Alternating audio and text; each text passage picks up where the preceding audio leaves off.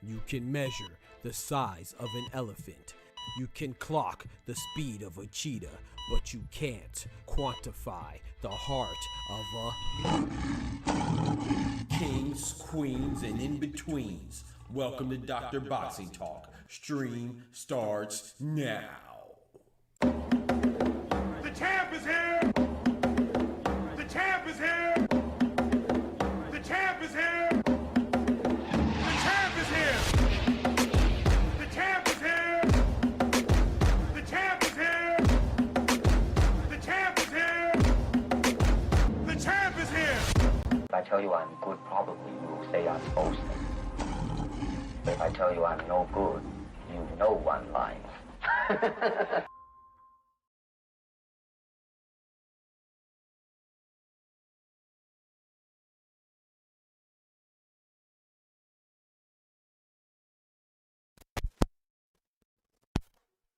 Oh Lord, hold on. I think my mic was messed up. We good now. What's good? What's good? What's good? What's good? Ladies and gentlemen, boys and girls, brethren and sistren, kings and queens, and everything in between. Y'all know what time it is. Doctor's in the house.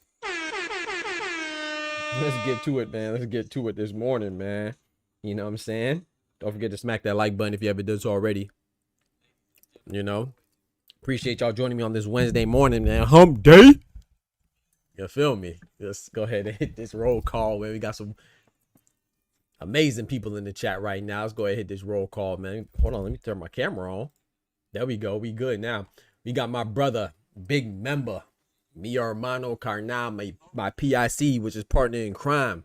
You know what I'm saying? TSO Bodega tie in that building. PhD in boxing talk. You feel me? The one and only with the PhD in boxing talk. Let's get right, man. Shout out to my brother Ty, man. I appreciate you, bro. Shout out to my brother Lee Jackson in the building. Mr. About That Action, Lee Jackson.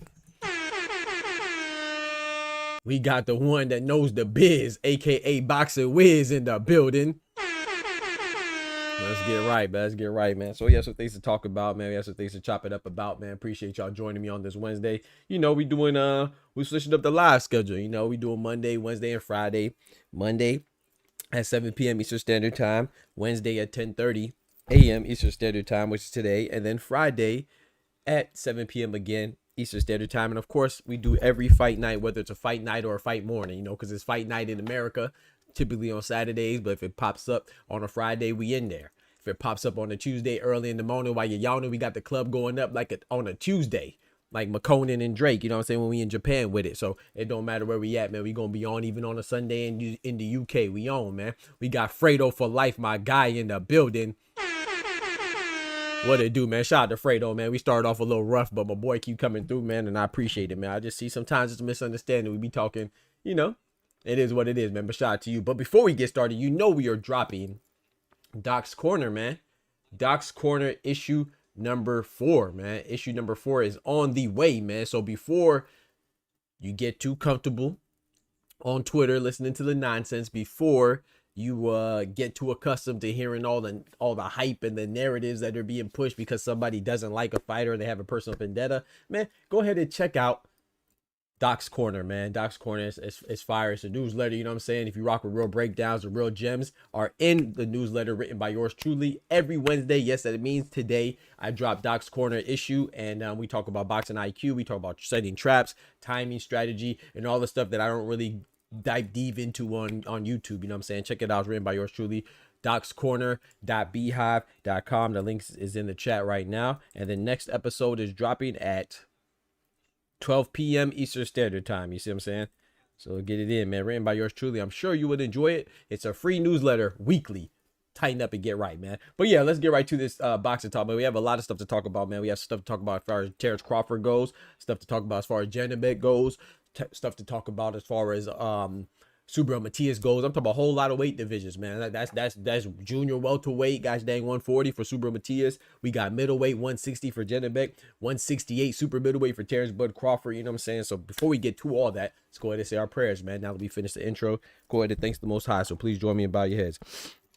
Dear Heavenly Father, Lord, we thank you for bringing us into this Wednesday. We ask that you let us disregard all our inhibitions, all of our fears, everything that we worried about, everything that we're stressed out about, Lord. We just want to, we want to relinquish that and give it all to you, because, that's what you'll handle. We just have to keep on having our faith, keep on moving on, keep on pushing on, not be too focused on the future, not be too concerned about the past, and just be appreciative of the moment, be appreciative of the moment and the present that we have. The gift, they say tomorrow's a mystery, yesterday's history, and today is a gift. That's why they call it the present. So we want to thank you for all the present moments that you give us, that you bless us with. And please, we want to also ask you to help us keep on the forefront of our minds, our tongues, our actions, and our spirit, just to please you. And if we're pleasing you and doing the right thing, then there's nothing that could stop us.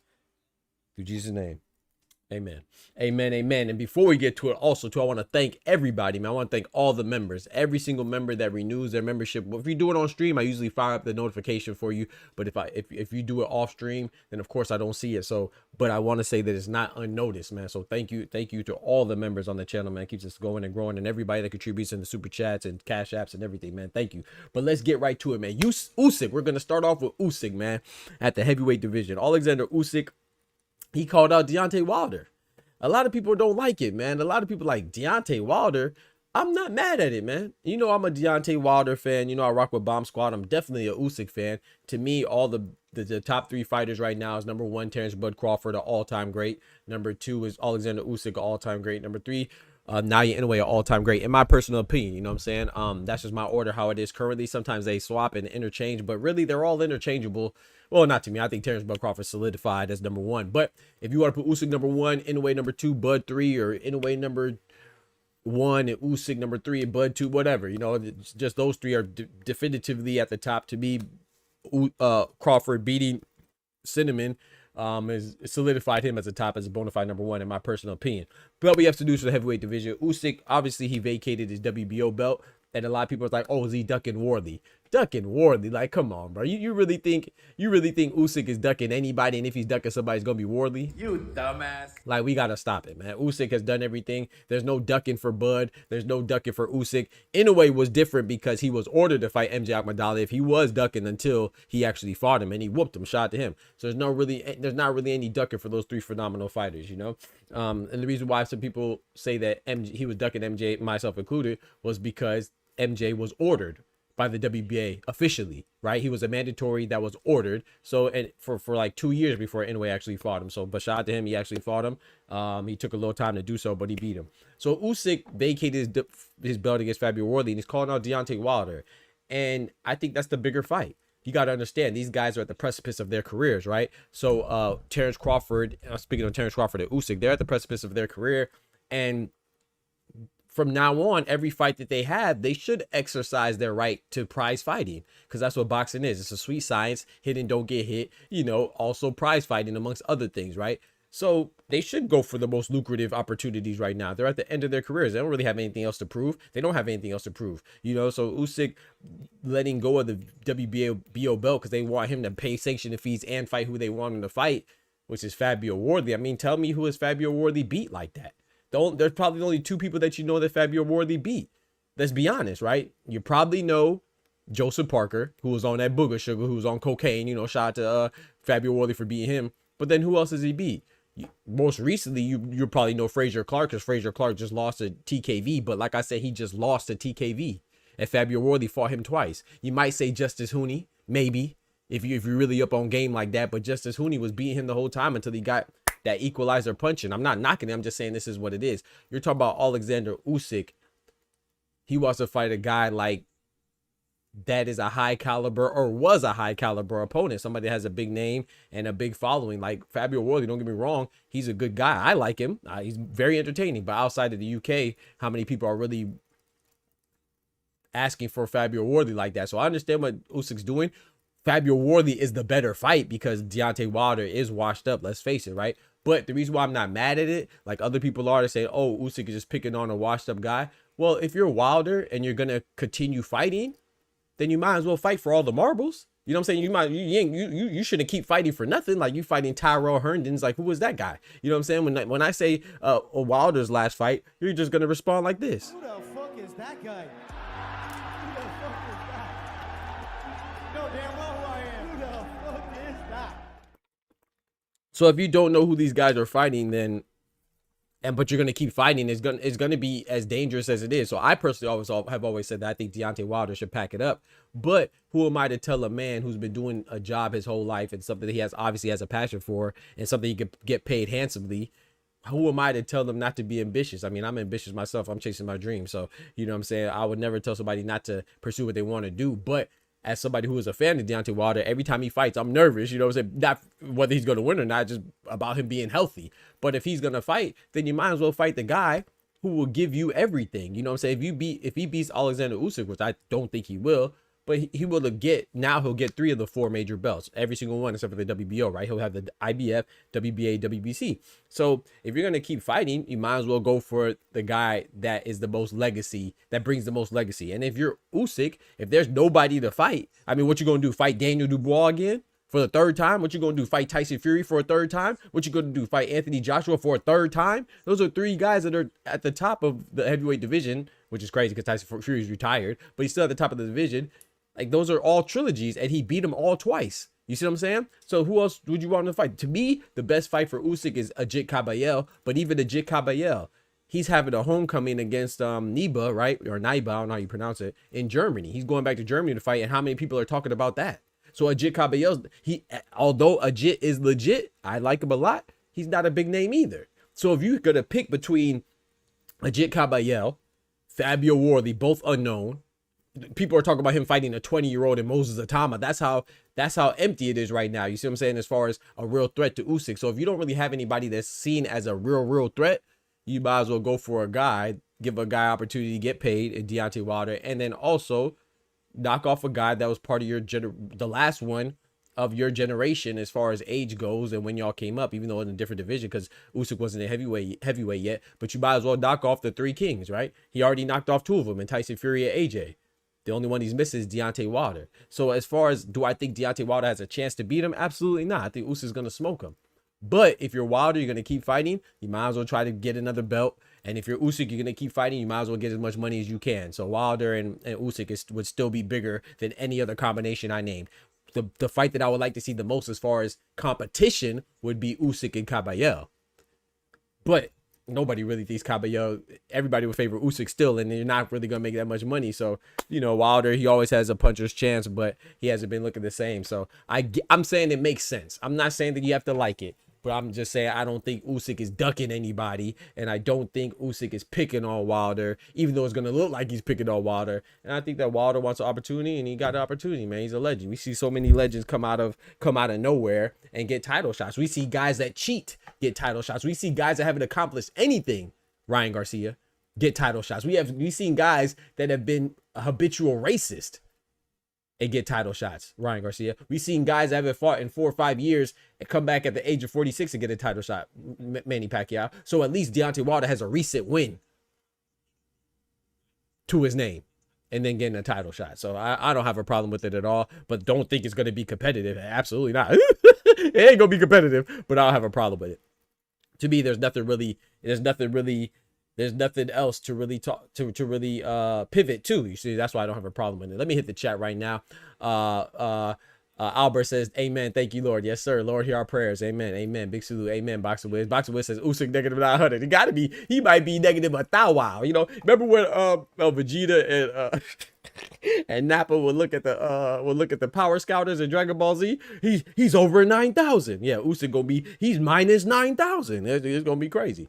You bet on Wilder, and if Wilder somehow wins, boy, you gonna be able to put your child through school. You gonna be able to buy your mama a crib. You gonna pay off your mortgage, your car note. Everything gonna be good if you bet on Wilder, and Wilder somehow miraculously wins. He gonna need divine intervention. I mean, we all need divine intervention, but he gonna really, really, really need that divine intervention. You feel me? So that's just my opinion on that. Fredo says Worthy and Caballero both are much more deserving to fight Usyk. I disagree. Wilder last real meaningful win for me was Luis Ortiz rematch back in 2019. See, and you just talked about what I just spoke on, right? You could say that, yeah, Fabio Worthy is more deserving. Of course, he's a WBO belt holder right now. But to say that he's more deserving, like we know more people that he beat, no, absolutely not. Worthy beat Joseph Parker. Joseph Parker, what did I say, right? Maybe I'm too hip to the boxing game or something, but I've been saying that that Joseph Parker was on a very fraudulent run. Have I not said that, Ty? I said that many times. I said that the last 3 wins that Parker had were extremely, insanely, exponentially exaggerated, right? He beat Zhale Zhang. He got dropped twice. Zhale Zhang was 42 years old, and he dropped him twice. He won by majority decision, right? He beat Deontay Wilder, like you just said, was washed up for a long time. And he was also 40 years old with 50 fights. I think he was like 39 years old with 50 fights. But I think it was literally 48 fights when he fought Joseph Parker. And then he beat Bacoli on a 1-day notice. Bacoli looked like he was fresh off a picnic with Boo Boo. You know what I'm saying? Looking like Yogi Bear with a picnic basket. All he needed was a picnic basket and a little straw. That's about he would be Yogi Bear. But people over-exaggerate those wins like those weren't the circumstances in which they transpired. Not to mention Joseph Parker, speaking of 3 wins, he already had 3 losses. 1 where he almost got stopped by AJ. 1 where he actually got stopped by Joe Joyce. And another one where he lost to, what's his name? Dillian White. So Joseph Parker, he deserved it because he was ranked highly in the WBO, but nobody thought Joseph Parker had a chance against Usyk. So that's my point. My point is saying that, yes, Deontay Wilder hasn't really had a meaningful win either, but he's still Deontay Wilder, who was a decade-long undefeated reigning champion. He still has a bigger name. So if you don't think Joseph Parker would beat Usyk, you don't think Fabio Worthy would beat Usyk, you don't think Ajit Caballero would beat Usyk, you damn sure don't think Moses Atama, old young fresh meat ass, will beat Usyk, you might as well let Wilder fight him and let Usyk get as much money as he can, get as much bang for his buck. That's the point. There's nobody out there right now that we legitimately think will beat Usyk. So, you know what I'm saying? While I do agree with you, Fredo, I'm not saying Wilder deserves it, but we see many other guys that are less deserving that have stumbled upon title shots. And that's exactly where we're going to transition to right now. Let's move on, right? We're going to move on to the next topic. And speaking of not deserving title shots, I'm not saying this guy doesn't deserve a title shot. But I just think it's funny, man. I think it's funny because, you know, the news with the WBC and the WBC convention in Thailand, you know, with President Mauricio Solomon, Ty said, let my scouter get fixed. You feel me? Parker was definitely on fraud watch. Facts. So speaking of the WBC convention, there's been a lot of things announced at the WBC convention with President Mauricio Solomon in Thailand, right? One of the things that was announced was, you know, Conor Benn.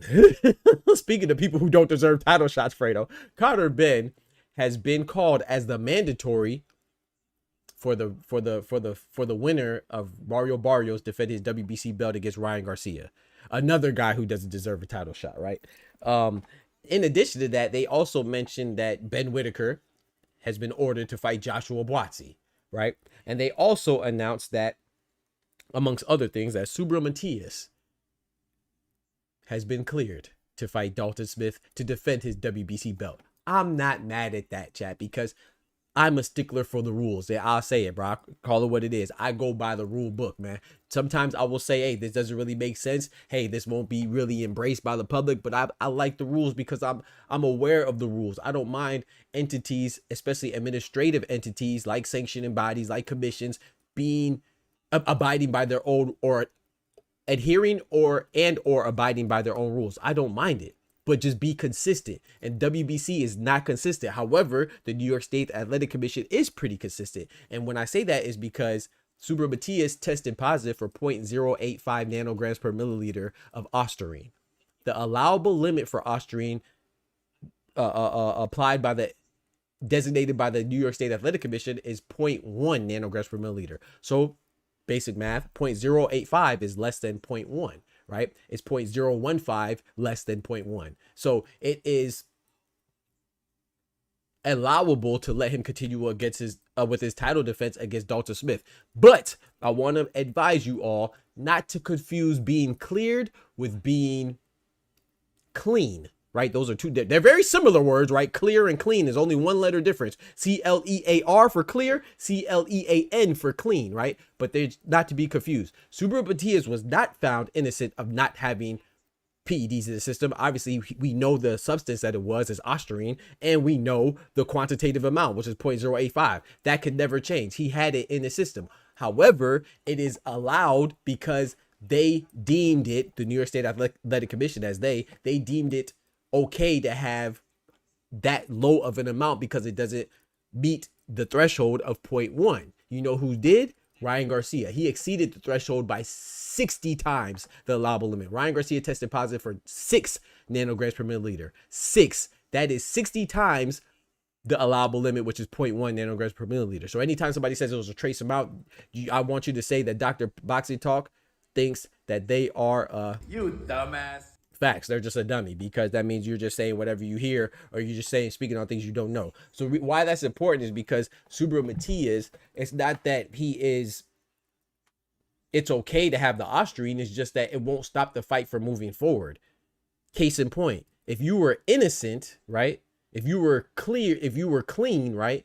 You wouldn't get suspended.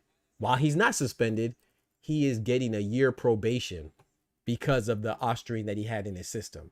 So they're going to let the fight happen, but you shouldn't have PEDs in your system. And because he does, to the amount of 0.085 nanograms per milliliter, he will be subsequently suspended. Placed on probation, and he's going to be held accountable and have to adhere to a stricter protocol when it comes to testing and being clean. So he is being punished for it. It's just not a punishable offense by canceling the fight because it was under the threshold. Once again, I'm a stickler for the rules. I think this is okay. But this is where the WBC comes in.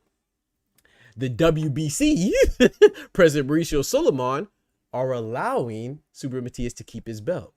Cool. That's fine. Since the fight's going on, he should be allowed to be still kept as a champion. I'm cool with that. I like Subriel Matias. I'm cool with that, right? But isn't it funny that the WBC also announced at their convention that they stripped Terence Bud Crawford because he didn't pay a sanctioning fee? What?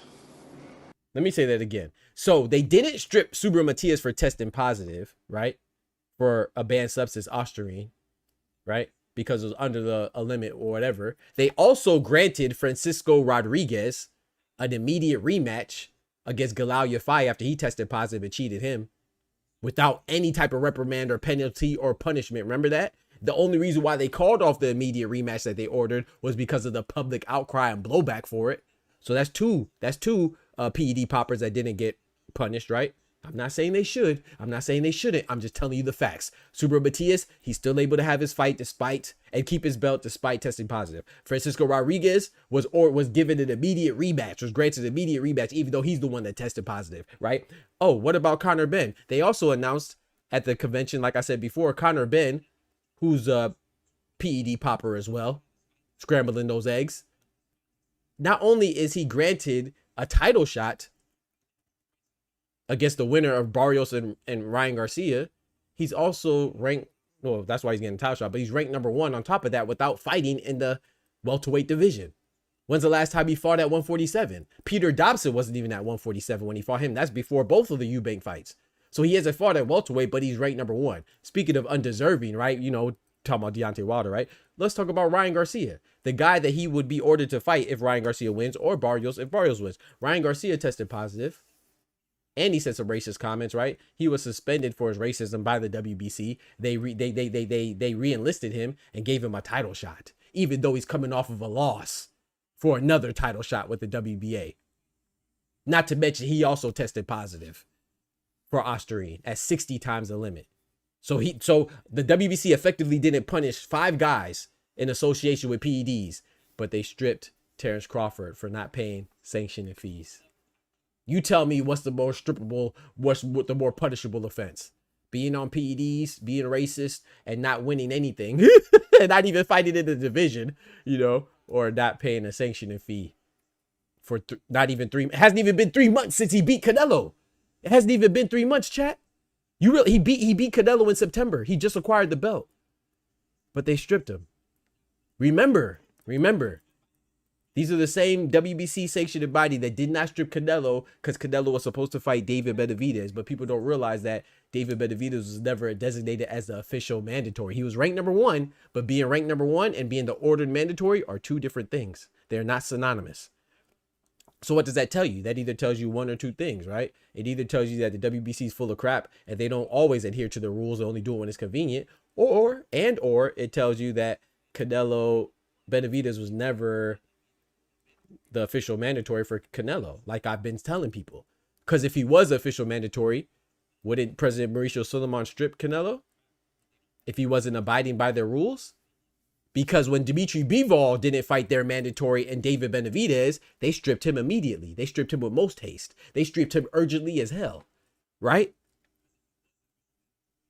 Once again, a couple months after beating Beterbiev, they stripped the hell out of Bivol for not committing to a mandatory and David Benavidez. But Canelo didn't fight, let the casual say it, Canelo Old Cinnamon, my favorite fighter, didn't fight Benavidez for 5 years.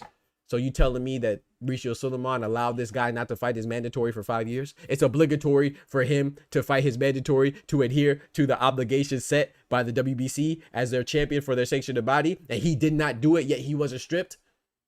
Doesn't make sense, bro. It's contradictory at best. At best, it's contradictory. But what it does show you is that President Mauricio Suleiman and a lot of the sanctioned bodies, but we're talking about WBC right now, it tells you that they will circumvent their own rules when it's good for their pockets, when it puts more greenery in their scenery. They stripped Bivol for one of my favorite fighters. Bivol is one of my favorite. I have a lot of favorite fighters, but Bivol, who's one of my favorite fighters, got stripped for Benavidez, who's one of my favorite fighters, because Benavidez would generate more money. So that's why that was a quick and easy decision, and they did it like that. Easy peasy lemon squeezy, right? And just like they just stripped Terence Crawford for not paying sanctioning fees, just like that. Because who is a cash cow? Who is a cash generator or the cash provider in boxing right now? That'd be Turki Al-Sheikh. Watch how I bring all this back, chat. Who did the WBC strip Terence Crawford for and immediately order a title shot for to appease Turki Al-Sheikh? That'd be Hamza Shiraz, the ring ambassador, meaning he works hand in hand, literally and figuratively, because you know they be holding hands, right? But Turki works hand in hand with Hamza Shiraz. That's one of Turki's guys. So they stripped Terence Crawford to appease Turki and ordered that Hamza Shiraz fights Christian and Billy for the title shot for the WBC belt at 168. You think this is a coincidence, chat? Come on, man. Come on, man. You just got to open your eyes, bro, or open your ears. Come over here and open your ears and just listen. I'll break it down for you. So I just think, like I said, I'm not saying that Terence Crawford shouldn't pay his fees. That's not the point I'm saying. If you have to abide by rules. If part of the rules are paying your fees, then you should get stripped if you don't abide by the rules or follow the rules. So I'm not being an apologist for his actions. But what I'm saying is that it's not as simple as, oh yeah, Terence Crawford should be stripped because he's not staying in the division anyway. It doesn't matter that he's staying in the division or not. It doesn't matter what he's not doing. It doesn't matter what fees he is or ain't paying. It matters the fact that Mauricio Suleiman was probably a little mad that Terence Crawford did get broke off however many $1 million, 50 or upwards or something like that, and he didn't get broke off himself. That's what it is, bro. That's what it always is, man. Don't get it twisted, man. Don't get it twisted, man. Turkey works his hams and shoot. Come on now. Or he did versus Carl. Come on now, Fredo. You know what it is. You've been watching. You've been cooking them eggs. Exactly, Fredo. Yeah, exactly. Shout out to my guy Kumar Lee, says smoking the bowl, listening to the doc. Shout out to Kumar in the building. What's good, brethren? But yeah, man. So that's what it's more of them doing what benefits their pockets. And like I said, it's not just President Mauricio Suleiman and WBC. We also see it with President Gilberto Mendoza and the WBA. We see it less with President Daryl Peoples of the IBF, and we see it a moderate amount. I know we see it a pretty good amount with WBO and President Gustavo Oliveira too, but we see it the most with WBA and WBC. If you notice, like, that's why they have so many champions, man. So if it's really about the sanctioned bodies, I mean, don't worry. You have WBC interim belt holder Esau Pitbull Cruz fighting against Lamont Rose. That's another one that you're taxing with all these super belts, regular belts, interim belts, franchise belts, freedom belts. Like, bro, it's not altruistic in nature, man. It's just another money grab. You feel me? That's just what it is, man. And it's blatantly obvious, man. So it's just funny that, you know, that they would make all these orders and strip all these people with convenient. But, you know, like I said, I like Cinnamon, so I'm not mad at them not stripping him.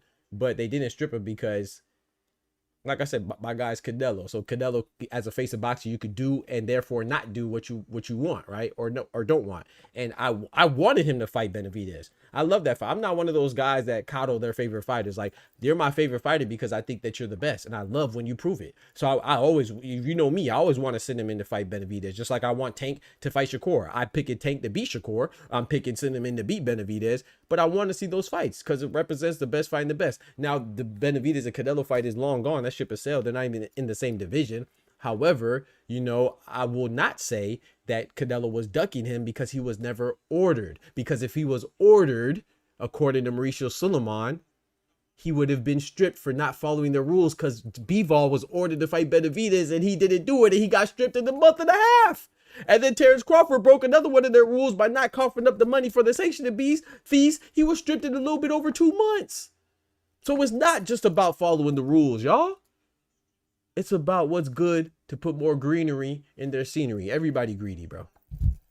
Everybody greedy, man. It's more about money, less about integrity, and it's less about rules, man. I'm just telling you. I mean, it's so blatant to see right there. I'm just using the WBC as an example because they've been in the news lately and they stripped my boy Bud. It is what it is, man. Shout out to my brother Oscar Perez in the building, mi hermano Carnal. We got my brother Oster in the building, OGO in the building. Oscar Perez said, yes, Sirski, I guess the rumors are true. Janibek is a true monster, PED monster. PED dirty, not wanting to smoke a cheater. Facts. WBC bending the knee for Turk to promote Hamza. Facts. I'm telling you, Oscar's following me. Oscar's following me, bro. WBC is doing that, not because Hamza Shiraz is a big name, but because he is Turkey's guy. That's why they strip Bud with most haste. Because he's Turkey's guy. Come on, bruh. The same reason why nobody got mad that he had a draw against Carlos Adames that was very undeserving. That was one of the biggest robberies that year as well. Carlos Adames beat Hamza Shiraz handily. And whose belt was it for again? The WBC, that green one. Come on, bro. You can't be that foolish, man. You can't keep your head in the sand like that. You know what I'm talking about? We gonna keep cooking, though. We gonna keep cooking, man.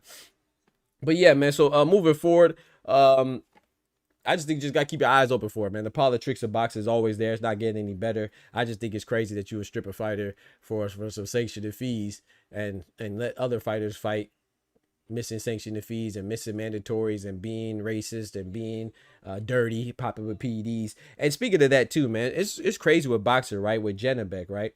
So we talked about the Subriel Matias. I want to switch topics to the Janibek topic, right? So it's another day chat in boxing. Another fight has been canceled because another fighter has popped dirty for PEDs, right? I think that, let's just go with the obvious, man. Let's just go with the obvious, man. Janibek should be stripped, bro. This is not the first time his fight has been canceled. If my memory serves me correctly, I think it's more effectively the third time it's been canceled, right? His most recent one being canceled was obviously this one against Erizlandi Lara for a unification between the WBA belt holder, Cuban Erizlandi Lara, and the Kazakh Janibek WBO IBF belt holder at middleweight, right? This is going to be a great fight. I'm going to be honest. This was the fight I was looking forward to the most on this fantastic PBC run card. with the headline being Lamont Roach taking on Isaac Pitbull Cruz for his WBC belt interim title at 140. I was looking forward to this fight. I'm disappointed that it's canceled, but I'm more disappointed in the fact that it's getting a little bit of noise. It's not getting enough noise. And we're not breaking down what Janibek is. Janibek Alimkhanuly, I've been saying this for a long time, and people are going to jump on the bandwagon now because it's cool. It's going to be acceptable to point out what's really been there, because sometimes it's cool to tell the truth and sometimes it's not so cool. Before it wasn't so cool, so I would get some heat for saying Janibek is a weight bully. Now it's going to be cool because now the weight bully popped dirty. You see what I'm saying? So it's going to be easier to target him. But I just call it for what it is. Janibek has missed weight because has canceled a fight with Andre Mikhailovich because he missed weight. People say, oh, doc, you're tripping. He was hospitalized. He fainted. Yeah, it was self-inflicted. He fainted because he was taking extreme measures to cut weight because his fat ass doesn't belong in the middleweight division. He belongs at least at 168.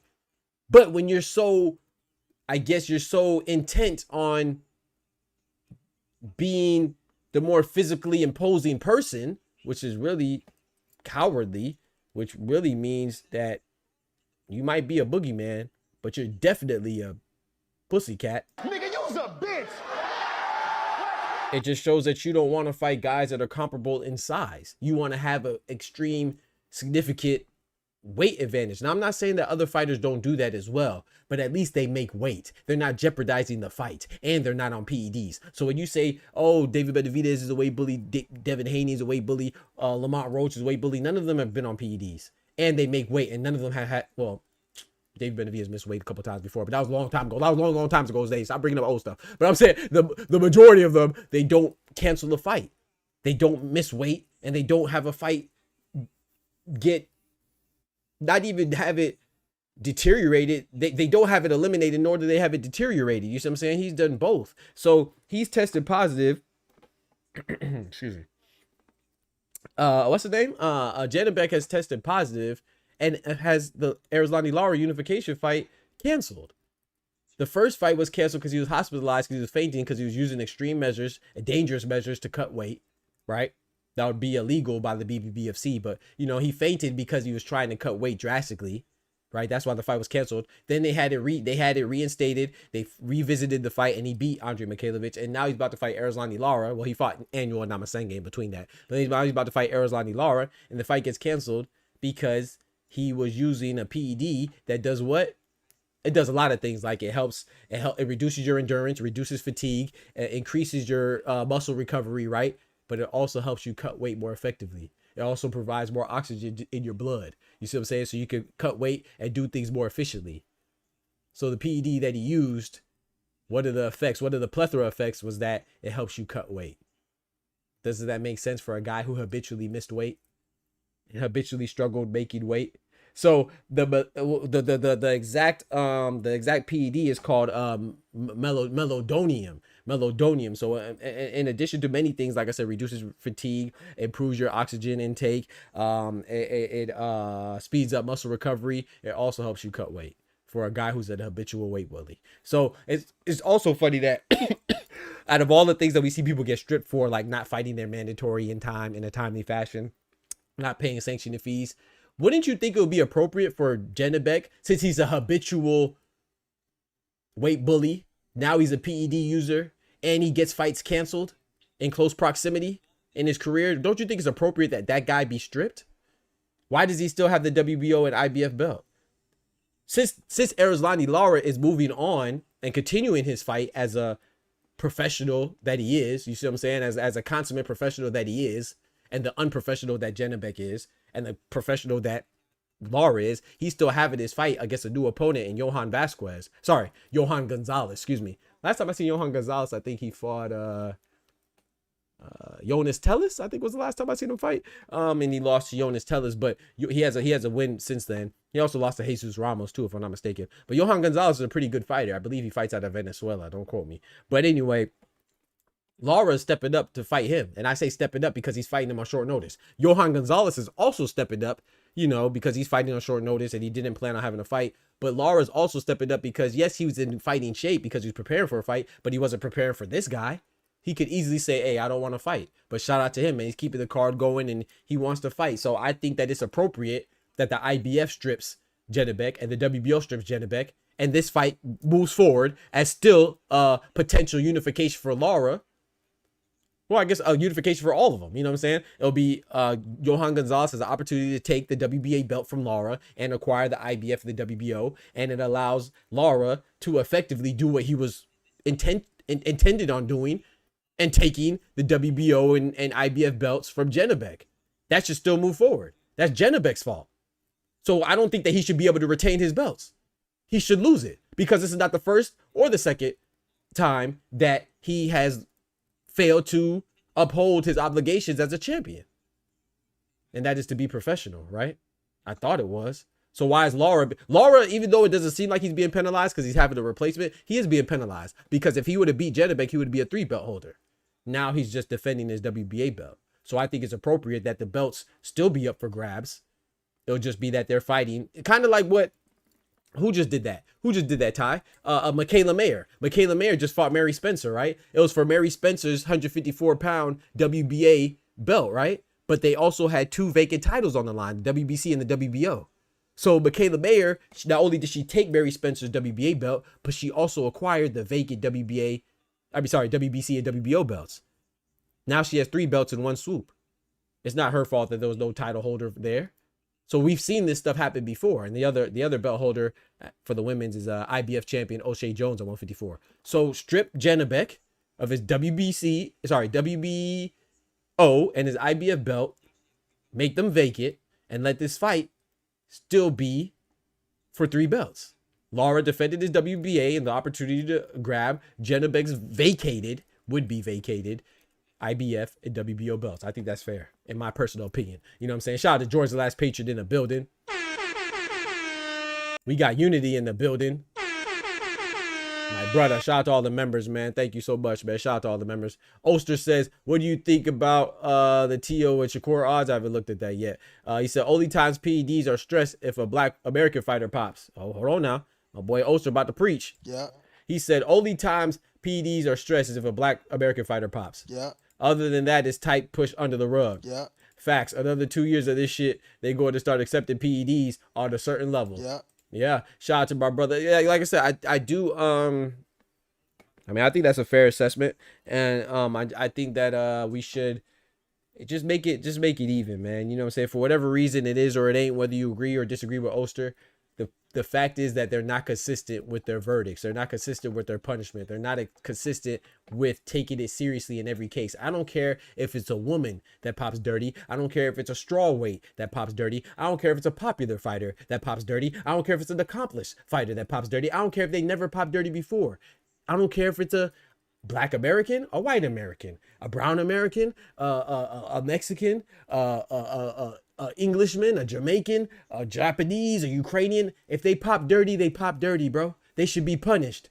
A Kazakhstan, I don't care where you're from, what weight class you fight in, how popular you are, how many followers you have. It should be punished on an even playing field, and it should be black and white. There should be no feelings involved. There should be no ifs, ands, or buts. There should be no gray area, no blurred lines. This ain't Marvin Gaye, rest in peace. No blurred lines. It should be clear cut. You pop dirty, you pass a certain amount, you get the axe. It is what it is. It is what it is. It is what it is. Yeah, we Boxing Wiz, we will get to the Tio and Shakur odds. I will get there. Shout out to my brother Tay, man. Shout out to Tay. Shout out to William Old School in the building. What's good, bro? That's just how I feel, man. He shout out to George, the last Dragon Board. He says, Doc, you're one of the few guys I follow that still does lives in the morning. Hey, shout out to you, bro. Yeah, man. I need to do. I appreciate you, man. We try to keep up with the morning lives, but I'm just trying to, you know, go with the analytics right now. But yeah, right now we're doing Wednesday morning lives, you know what I'm saying, at 10:30 every Wednesday. And then Monday and Friday, we also stream at 7 p.m. Eastern Standard Time. I want to actually go back to the daily lives of the morning show and the evening show, but I feel like it was doing more harm than good, according to my research and my analysis of the YouTube analytics and other things like that. And I've been looking at it real hard, man. We trying to maximize the growth. You know, I really like going live because I like chopping it up. But at the same time, though, you know, we gotta, what they say, you don't want to be penny wise and pound foolish, you know what I'm saying? So, you know, but we would please believe that is on the agenda, good Lord willing, to bring it back once the stats justify it, you know, or support that. But Yeah, bro. I think that Janibek, like I said, I think Janibek, he's a habitual weight bully. He's a habitual guy that lacks professionalism. And I think that he should be reprimanded for it. And just saying that, oh, he can't fight in the fight that he was supposed to have, which would have been his biggest fight, I don't think that's sufficient enough. I don't think that's a good enough punishment. I mean, just make it a guy. It's not just Janibek though. Ryan Garcia's, I didn't think that was effective enough either. I mean, he got suspended for a year. Who cares? These fighters only fight once a year anyway. And he came back and got a title shot, and he lost it and turned around and got another title shot with Mario Barrios. Where was the punishment? You tell me. Where's the punishment for Conor Benn? Where's the significant punishment? Amir Khan he got 2 years suspended. All he did was retire against Kell Brook. So you got to tell me, where's the punishment, man? I think it should be more severe. I think the penalty should be steeper. I don't think it should just be isolated to the boxer. I think the boxer should be penalized. Yes, I think he should have the harshest punishment. But I've always said this. I've always advocated for this. I think that in addition to the fighter being punished, which I think it should be a minimum of 2 years. Me personally, I think it should be a minimum of 2 years. First offense. You see what I'm saying? You have your opportunity to prove your innocence with the B sample and things like that. If you want to go down that road, you always have your opportunity to appeal, like Conor Benn. But boom, you pop dirty, 2 years. 2 años.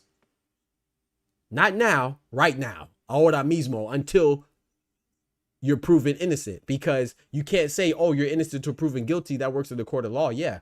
But when you fail a test, you are no longer innocent. You're guilty until proven innocent, because we have the evidence that shows quantitatively and qualitatively, because they'll let us know what substance it is, right?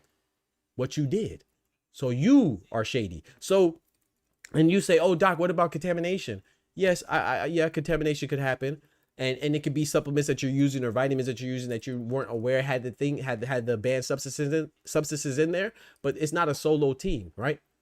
It's not a solo effort. It's a team effort, right? So you should have your nutritionist. That's their job. Your strength and conditioning coach. That's their job. The assistant coaches. That's their job, right? Abide by the VADA rules. Make yourself available to be tested. That's your job, right? So negligence is not an excuse either, because if you, God forbid, right? If I'm a babysitter and a kid that I'm supposed to be watching runs out in the middle of the street and gets hit by a car, I didn't kill them intentionally. I didn't put a blade to their neck, but they were under my watch and I was negligent. So negligence is not an excuse. So even if the coach doesn't know, like, for example, Andy Lee, who didn't know that Joseph Parker was on that booger sugar, that cocaine, that white girl, that 8-ball. He didn't know he was chopping it up with chopping the lines of coke and sniffing it up his nose. He didn't know he was on that blow. That's still not enough. You should have known.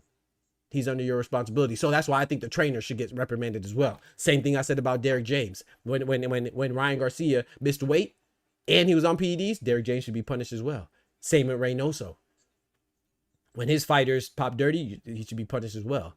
Now, what the punishment should be, I'm not saying it should be a monetary punishment. I'm not saying it should be a time duration. But yeah, maybe it should be a time. Yeah, maybe he should get 6 months to where he has to shut down his gym. Or maybe they don't shut down their gym, but he cannot be representative. He could not be present in the corner of his fighters for 6 months as a head trainer. Like, he could train them, but he can't be there on fight night. Punish him, make him feel it. And then the promoter, like, you know, Eddie Hearn is Conor Benn's promoter who popped dirty. You know how that goes, right? You know, like Frank Warren is Joseph Parker's promoter when he popped dirty, you know, just saying. So when you're a promoter, you know, and you pop dirty, like Oscar De La Hoya was Ryan Garcia's promoter when he popped dirty, I think that you should have a forfeiture of your funds. So the revenue that you generated, you should have to forfeit a certain amount, maybe $1 million, you know what I'm saying? Maybe an M, maybe 500,000, wow, something, make you feel it. So now we cannot eliminate the PED usage, but we can mitigate it by being proactive, meaning that not only is the fighter being aware of what he puts in his body, but now your strength and conditioning coaches, your team is, your head coaches, your assistant coaches, your trainers, and if they're not, your promoters looking out for what you put in your body as well, because now they are impacted. Right now, nobody is impacted. And when I say nobody, I mean nobody. I'm not mincing words. Not even the fighter is impacted, because look at Ryan Garcia. Ryan Garcia was suspended for a year. He already fought that year. He already made money that year. Then he turned around the next year and got a title shot. And then he lost, and he's turned around again a couple months later and getting another title shot. Where's the punishment? Stop it, man. Stop it, man. Shout out to my brother Fredo dropping that bread, that cheese, that butter.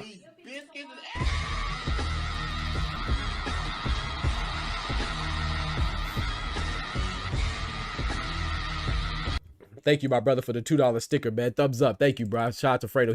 He approves of Doc's rant. Shout out to you, bro. We have shout out to my brother George, the last Dragonborn, dropping that bread, that cheese, that butter.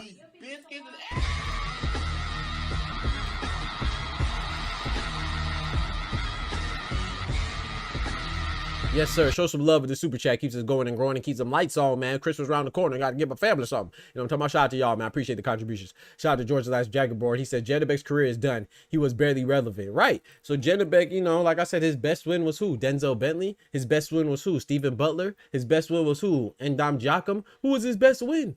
Andre Mikhailovich was undefeated. So that's a good win, but who knew him?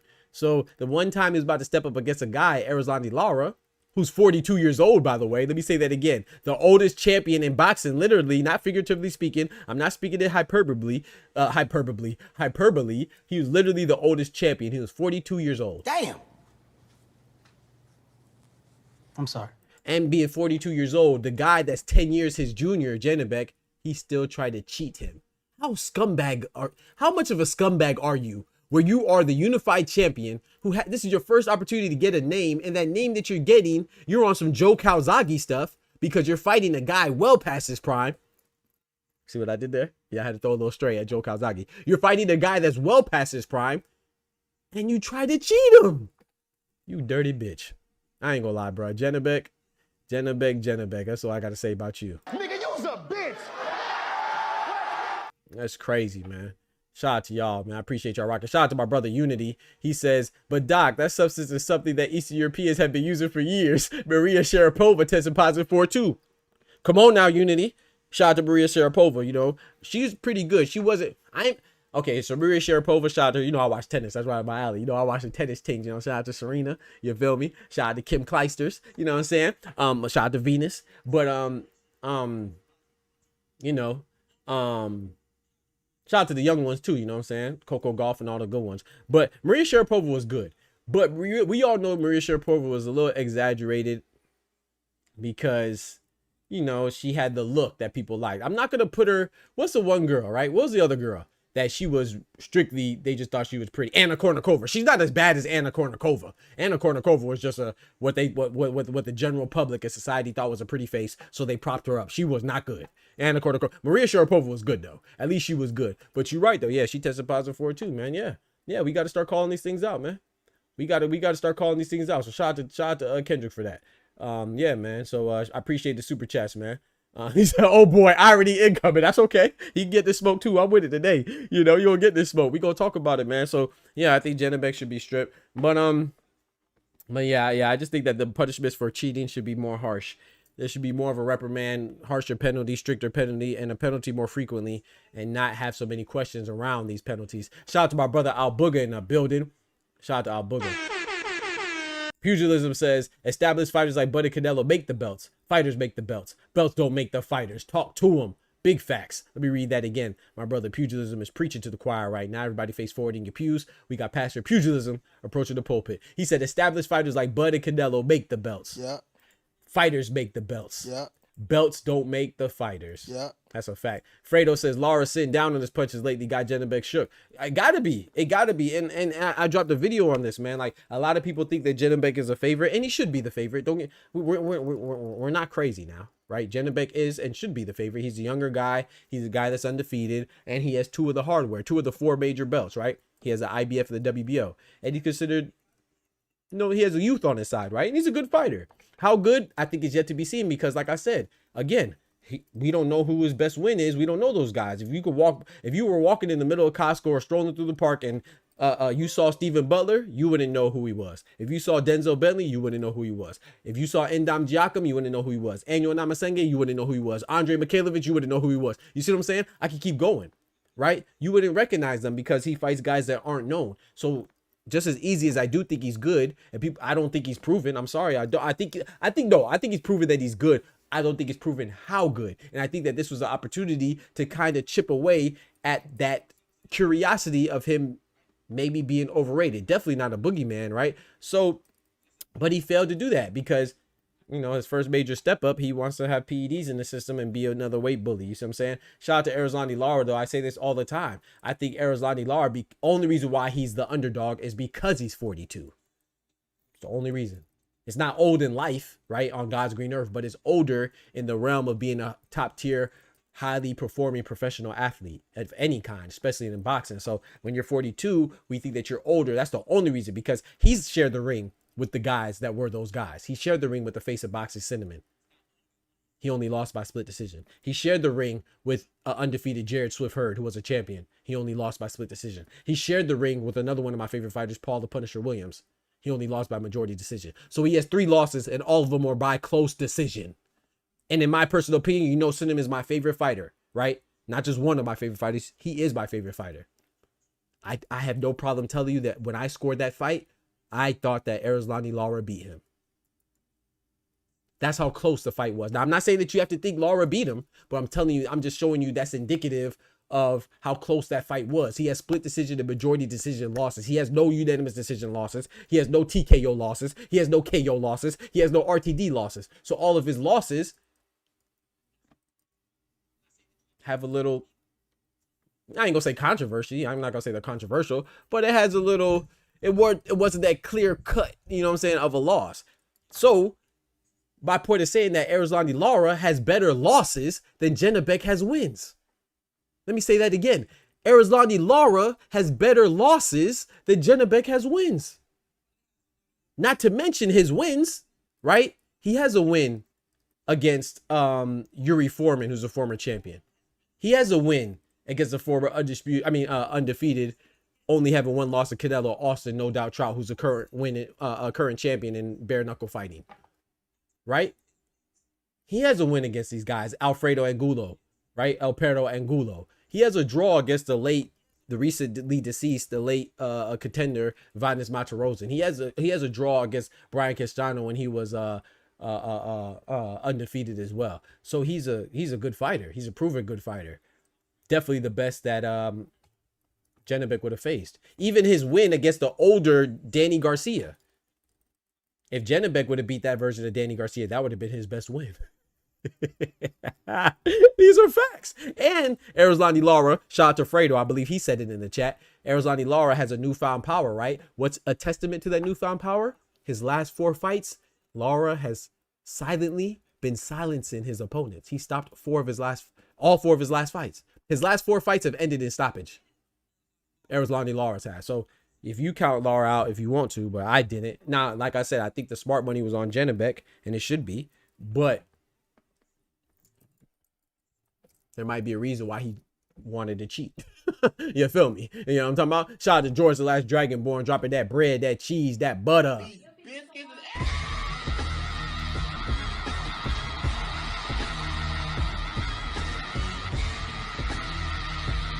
He says, Lara's only 42 on paper. You know how Caribbeans, come on now, talk to him.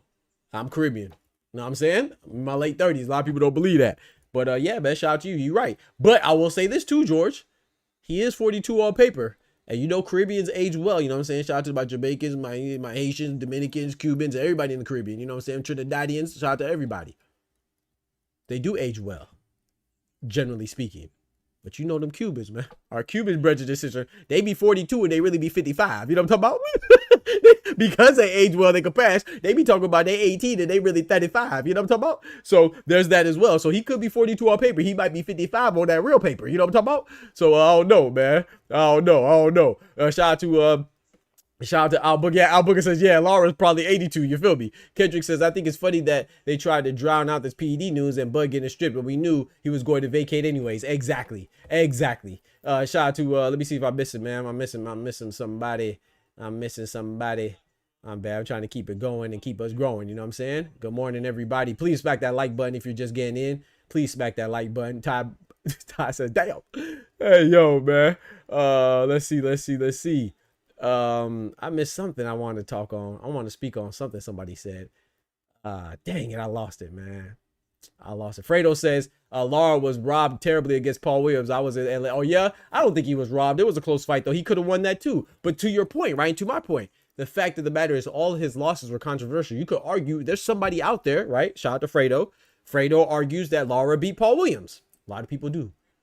I argue that Lara beat Canelo. I don't argue it too loudly because Canelo's my favorite fighter. She ain't got to convince me too hard that he won. I ain't gonna gangbang on that. But I'm saying that I scored it for Lara, right? So that's me. I'm sure that there's people out there that scored Lara beating Jarrett Hurd. I remember that fight. People thought Lara won too. So that's my point. Like, he has no clear definitive losses.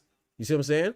And Janibek has no wins that we really care about. Albuga says he thinks sometimes the belts make the fighter. I do agree with that sometimes, but when you're established, right, the belts don't make the fighter makes the belt. But I agree with you, Albuga. Like, for example, right, when you are a lesser known guy like a Lewis Crocker, that IBF belt at 147, even though it's a barren division, that means a lot for somebody like Lewis Crocker because he's relatively unknown, and he would be completely unknown if not for the belt indeed. So I agree with you.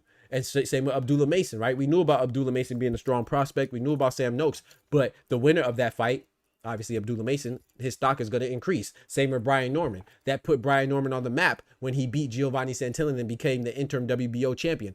But, right, look what happened when Brian Norman lost to Devin Haney.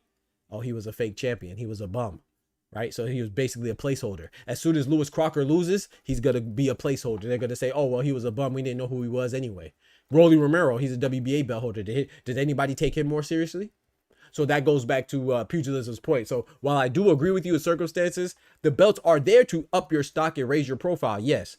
But if you're not good or people don't consider you good, they're not going to change their mind because you have a belt. Look at Mario Barrios. Mario Barrios has literally had the WBC belt, the longest out of all the champions at welterweight. People still think he's the worst. People look at Mario Barrios, all they say is Mario Barrios is trash. Know your fucking place, trash. I don't care how many belts he got. Mario Barrios could beat, bro, I'm telling you right now, the only champion that Mario Barrios could beat, and we'll say he's good, is if he beats Devin Haney. He could beat Rolly Romero and beat Lewis Crocker and be a three belt unified champion. We still gonna say he trash. We just gonna say, oh, that's not really a testament to how good Mario Barrios is. That's just more indicative of the welterweight divisions being terrible. That's all they're gonna say, bro. People don't get no credit. Shout out to William Old School. He said, yeah, King Kong Ortiz was like 60 years old. You feel me? Talking about he 25. Hey, shout out to King Kong Ortiz. I like him though.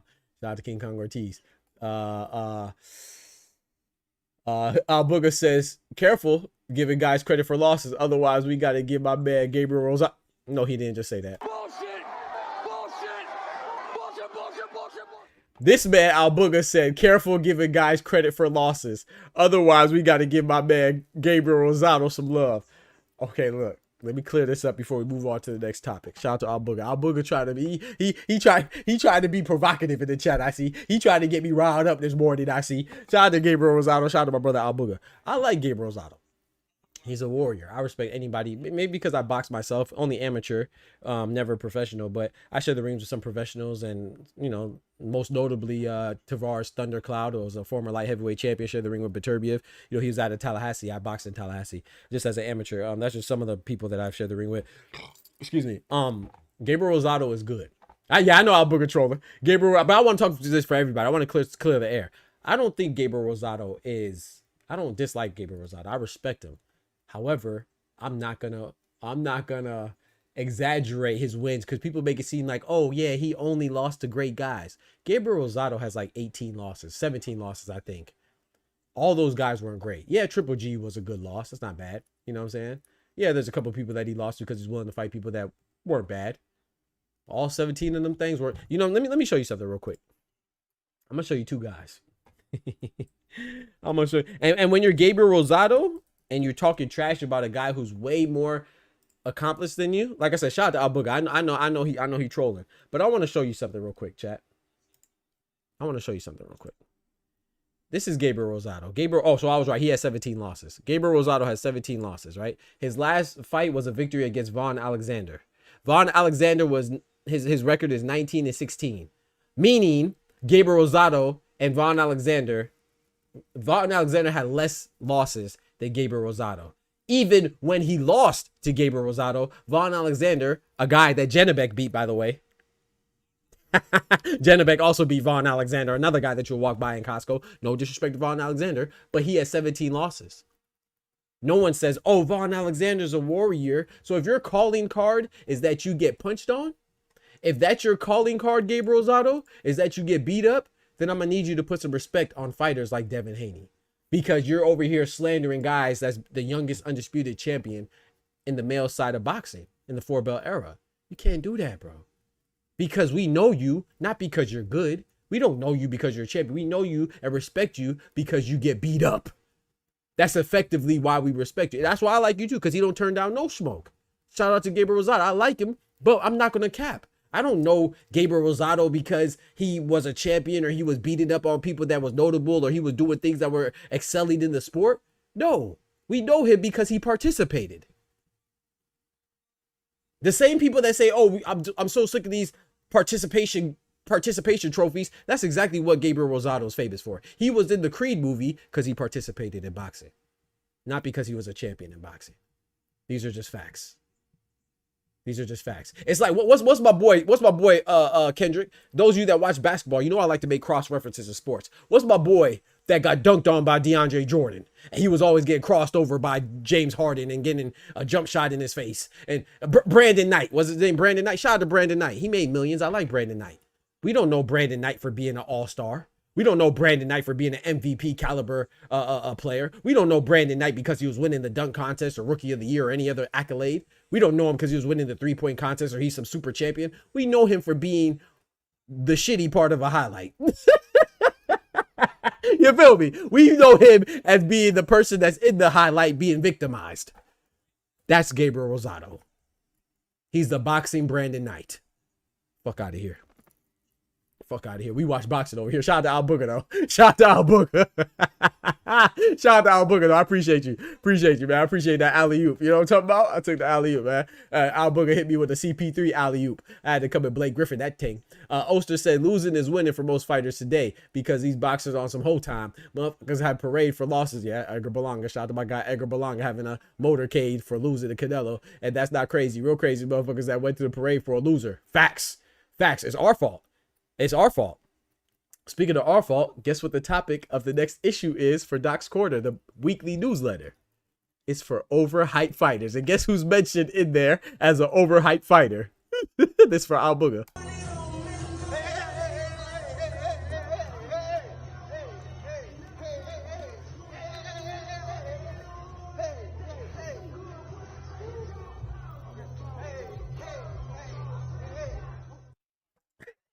So I talk about overhyped fighters, and guess who I don't blame, chat? Guess who I don't blame for being an overhyped fighter?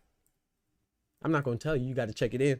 You got to check out yourself, the newsletter. Sign up. The link is in the chat. But I don't blame the fighters. It's not Edgar Berlanga's fault that he's overhyped. It's not Gabriel Rosado's fault. That's what I keep it funky, man. It's not Ben Whitaker's fault he's overhyped. That's the playbook by the promoters. That's what they're doing. That's their job. And people fall for it, right? It's like these same people that will tell me Ben Whitaker's so great, they can't tell me 2 people that Ben Whitaker has fought or beaten, right?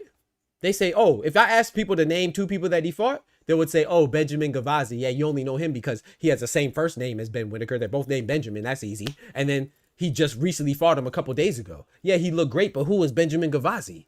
And then you would say Liam Cameron, who you also didn't know before that. You're just going to mention him because that was a controversial fight to where he needed a rematch. Imagine if Brian Norman had a controversial fight with Derek Cuevas and needed a rematch. What people would say? They would say Brian Norman is trash. Imagine if Devin Haney had a close fight and he was cheated by a guy who was on PEDs and overweight, and it ended up being a no contest. They would say Devin Haney's trash. Oh, you don't have to imagine that one. That's actually happened in real life. That happened in real life where they said that Devin Haney having a controversial, it was a close fight, right? Because I scored it. I gave Devin Haney more rounds, but he didn't have enough to overcome the knockdowns. So I scored Ryan Garcia beating Devin Haney, but it was a close fight, right? Despite the guy being overweight, despite the guy cheating, and despite the fact that Devin Haney got up every single time, people still said that Devin Haney was trash because he had a no contest with a cheater. Ain't that crazy? But you're telling me that Ben Whitaker's good because he had a controversial ending to a fight with a guy that was relatively unknown in Liam Cameron, a guy who has a substance abuse history, right? Being rehabilitation. I like Liam Cameron. Shout out to him. He overcame that, but that's who he struggled with. And then he had a rematch and he blew him out the water. Shout out to him, but he did what he was supposed to do again after not doing what he was supposed to do. Liam Cameron shouldn't have been able to hold a candlestick to Ben Whitaker. And then he fought a guy like Ezra Aranyecha, you know, which somebody else wouldn't know that. To me, his best win was the guy, his biggest challenge, I should say, was the guy that he fought before Ezra Aranyecha. Something Willens, Dan Willens or something like that. I don't remember his name, but he went the distance with him. And that guy has like 4 losses. But he had a heartbeat. He had a pulse. He was a guy that fought back. He didn't sit in there and get beat on like Benjamin Gavazi did. Get him up. Let him get up. Let him get up. Let him get up. Fight back. Fight back. That's how Ben Whitaker has his opponents. And we be like, oh yeah, he's the next up. How? But guess what? Ben Whitaker has an opportunity to be next up. And we're going to move on to our next topic. We're going to use that to segue to our next topic, because guess what the WBC convention and President Mauricio Solomon said while they were in Thailand? They threw Ben Whitaker a bone. They ordered Ben Whitaker to fight Joshua Buatsi. Isn't that perfect? Ben Whitaker could fight Joshua Buatsi. And he should be able to beat Joshua Buatsi if he's really like that, right? Because, oh, this is one of the fights that one of the many fights that I predicted correctly, right? I told you Callum Smith was going to beat Joshua Buatsi. People thought I was crazy. Then Callum Smith beat Joshua Buatsi. So Joshua Buatsi, he has been underwhelming at best. Oh, by the way, he's a former Olympian too, right? And they say he's he's not old by any means, but he's a little older and hasn't really met his potential. That's what they say. What does he have in common with Ben Whitaker? Ben Whitaker, also a former Olympian, silver medalist to be exact. He's 28 years old. He's the same age as David Benavidez. People think he's young. And they say, oh, well, he only has 11 or 12 fights. Yeah, because he has an extensive amateur background, because they were trying to coddle him. And that actually could be to his detriment, similar to what it was to Joshua Buatsi, in my personal opinion. So Joshua Buatsi, I advocated for Ben Whitaker not to go in the ring with a Benavidez or go in the ring with a David Morrell or with a Bivol or Beterbiev, but let him have a clear step up against a guy with a pulse. I recommended that he fights a guy like Lyndon Arthur. I don't even think he should fight Anthony Yarde. Yeah, I think Anthony Yarde is too much. But he could fight a guy like Lyndon Arthur. I said he could fight a guy like Willie Hutchinson. But the WBC said, hey, we want to throw you in there with Joshua Buatsi, a guy who beat Willie Hutchinson. I'm cool with that. Let's see if Eddie Hearn and Matchroom believe in Ben Whitaker as much as they claim they do. I don't think they will. Do you think that Ben Whitaker is going to fight Joshua Buatsi next? I could be pleasantly surprised, but I doubt it. Joshua Buatsi fighting Ben Whitaker next? I doubt it. Bullshit! Bullshit! Bullshit! Bullshit! Bullshit! But if Ben Whitaker's really like that, you wouldn't think that he would avoid somebody like Joshua Buatsi. Like, you would think that Frank Smith, the CEO of Matchroom and the president of the head of Matchroom Boxing, Eddie Hearn, would love for Ben Whitaker to show his skills against Joshua Buatsi. Yeah, we'll see, right? Even if he fights, what's the other undefeated light heavyweight? Is it Ezra Taylor from the UK? Let them fight. They're not going to do it, though. They're not going to do it. They know what's going on, man. But in addition to that, like I said, Benavidez has also called out Whitaker. And Jose Benavidez Sr. has doubled down on the call out for Ben Whitaker. Will he accept it? I mean, that's a title shot. Come on, man. These guys be overhyped, man. I don't think Whitaker's going to fight Benavidez, even though he said that he would entertain it, but he needs more experience, which I agree, because the only experience he'll get with David Benavidez is an ass whooping experience. You know, usually Ben Whitaker has his opponents like fight back. That's Benavidez going to have Whitaker like fight back. Get him up. Let him get up. Let him get up. Let him get up. Fight back. Fight back. That's exactly how Benavidez will have him with all that pressure, man. With all that pressure, in my personal opinion. But yeah, I don't think Whitaker should fight them, and I don't think he will. I think that Ben Whitaker is going to get another light touch. Hopefully this guy is going to be somebody that has a pulse that we know of, you know, and that's no disrespect to Benjamin Gavazi, but it is what it is, man. I'm not going to get super excited because a guy is doing what he's supposed to do. Same with Moses Atama, another UK brethren. I'm not mad at Moses Atama. He's good. He's looking the part. He's doing what he's supposed to do. But I'm sorry, I'm not going to get excited with Dillian White, who's past his prime far and on the decline. Not only is he past his prime, he's on the decline and he had a bum knee, or bum leg. I'm not getting excited about that. His opponent before that was a former NFL player, Mike Belogan. Not excited about that. His best win is probably Dempsey McKean. I'm not excited about that. So until you fight somebody that I recognize, I'm not trying to hear that next best this and next best that. I'm not trying to hear that. Shout out to TSO Bodega Tai. Says Ben versus Josh would be the battle of a fraud watch. Facts. Facts. Big facts. Big facts. Yeah. Shout out to William. He said, "What really sucks is Wilder is finally getting his big fight now that he is half of what he used to be." Yeah, but hey, Wilder. Yeah, we talked about that earlier, man. Shout out to Wilder. I'm not mad at the fight, but I think Usyk gonna smoke him.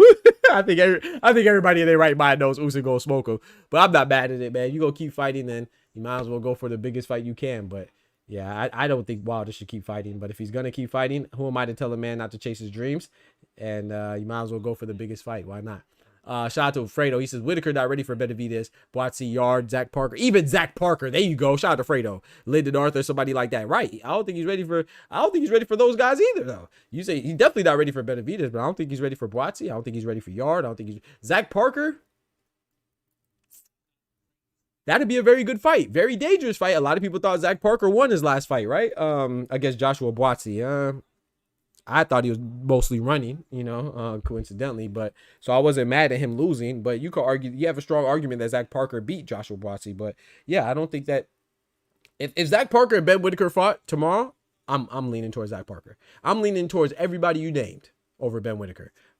Joshua Boatsy, Zach Parker, Anthony Yard, Lyndon Arthur. I think Willie Hutchinson and Ben Whitaker is a good fight.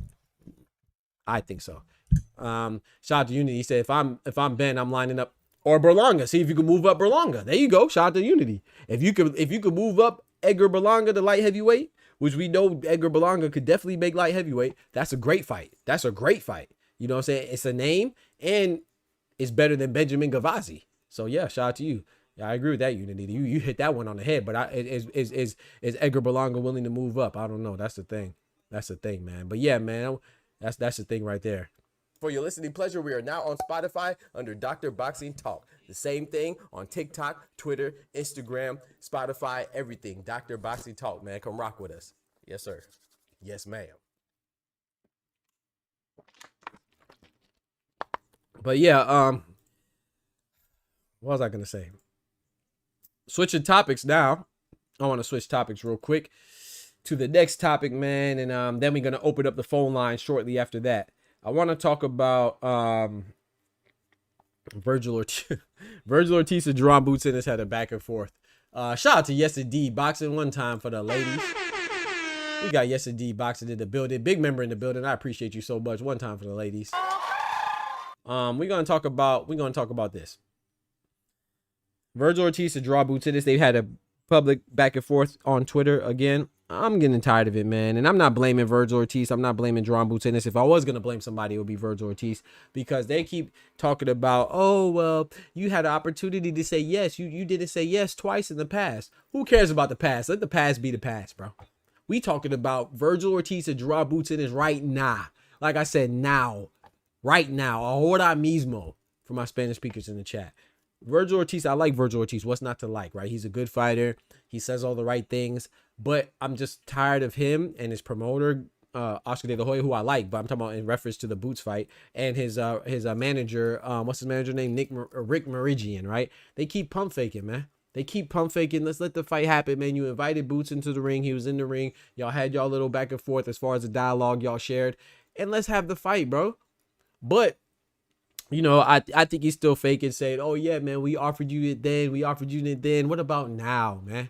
You know what I'm saying? Eddie Hearn, Oscar De La Hoya, y'all get together, hash out the details, go and get your negotiations on, get your promoter cap on, and let's get this fight popping, man. 2 undefeated fighters at their prime, 154 junior middleweight division. Let's get it popping, man. I don't think anything's stopping them now. It's nothing but space and opportunity. They both fought other opponents in the close proximity of each other. They both made it look relatively easy. Jerome Boots got Wisma Lima, the IBO champion who only had 1 loss to Aaron McKenna, got him out of there quick work, 1 round. Virgil Ortiz's fight was better because his opponent was more well known, the Haitian American Erickson the Hammer Lubin, who looked like he was missing his tools. He ain't have no tool. He ain't have a wrench. Forget a hammer. He ain't have a screwdriver, a stapler, a ruler, nothing. Protractor, nothing. He ain't have nothing. Talk about a sledgehammer and a jackhammer. Yeah, right. You ain't have none of them. I don't know what you went in the ring with. You barely had your gosh dang drawers on because you got beat out of those too. You feel me? You got beat out your drawers, your socks, and your shoes. But yeah, he beat him. Virgil Ortiz beat him in 2 rounds. So what I'm saying is that neither one of these fighters broke more than a sweat. All they did was put out some perspiration. That's all they did was a little bit of, all they did was perspire a little bit of sweat. That's it. coming out they forehead, coming on their forehead. Pause. I said coming on their foreheads. Lord have mercy. No Diddy. We gonna pause that. No Diddy. Had a little sweat dripping on their foreheads, you know what I'm saying, coming out their follicles and stuff like that. Nothing much besides that. So the point is that there should be nothing but space and opportunity for them to fight, man. Let's get it popping, man. But, you know, they bring up other things, and, you know, Virgil Ortiz was talking about fighting Spence in Dallas because that's a dream fight. And, well, I'm going to need you to keep on sleeping then until you dream about something else, because ain't nobody trying to see that dream fight. I don't care if that's your dream fight. Nobody cares about your dreams, bro. We want to see these fights. We want to see these real fights, comparable fights, contentious fights, intriguing fights, interesting fights, anticipated fights. Jerome Butsinis and Virgil Ortiz don't get no bigger than that, you know what I'm saying, outside of it being for a belt. But he talking about you want to fight Errol Spence. We ain't seen Errol Spence in 2 gosh dang years. Speaking to somebody we ain't seen in 2 years, right? They both talk about Charlo. Virgil Ortiz said, I approached Jermell Charlo and he didn't want to fight me. So Boots, don't worry about approaching Jermell Charlo. And you know, apparently Boots has been talking to Jermell Charlo. I don't want to see Boots versus Jermell Charlo either. We talk about 2 years, bro. Just like Errol Spence. We haven't seen Jermell Charlo in many a meetings. I ain't seen him at no meeting. You know what I'm talking about? In many a moons. When's the last time you seen him at the brother meeting or the sister meeting? I ain't seen him he's been ghost, bro. Jermell Charlo is doing his thing. Shout out to him. Hopefully he's recovering from any situation that he's going through, but he's not an active fighter. And how dare anybody insinuate that Jermell Charlo can be ducking? He hasn't been fighting. Who has he been fighting? How can somebody be like, you gonna duck it? He damn near retired. You could duck in retirement? This man has been on a 2-year hiatus over that now, because when did he fight Canelo? In 2023 in September? So well over 2 years. He's been on a 2-year sabbatical, and we talk about him ducking? That's what we doing, bro?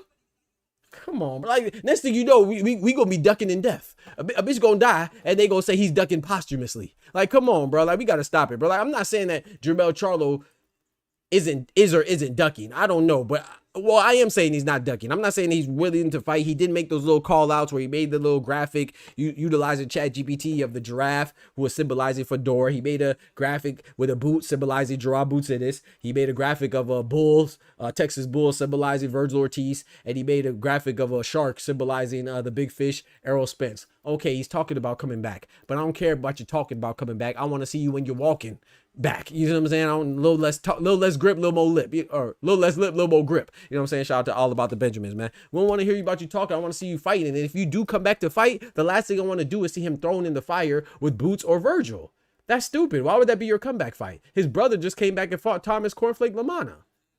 That's what you do when you're coming off of a bad performance or a long duration of inactivity. You fight a little light touch, like Virgil Ortiz when he moved up to 154. He fought freaking Frederick Lawson and Thomas Delorme.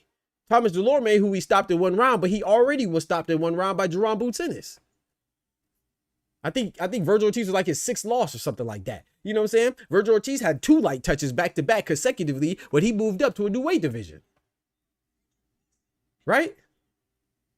Teofimo Lopez, he had a bad performance against Jermaine Ortiz. He bounced back with a fight against Steve Claggett. No disrespect to Steve Claggett, but who was that? Nobody really knows him like that. So what I'm saying is that shame on you if you expect Jermell Charlo to come off of a loss after 2 years and come in there and fight 2 of the top fighters in boxing, in Virgil Ortiz and Jerome Butsinis. You just sound stupid. So even advocating for that, you see what I'm saying? That just sounds dumb. Like, I don't know, man. Neither one of them should be focusing on Charlo. You know what I'm saying? They should be focusing on each other. So shame on both of them. But I will give Jerome Butsinis a little excuse, not because I like him. I do like Boots, but I also like Virgil too. But the point is, I give him a little bit of excuse because he was talking about and entertaining Charlo when?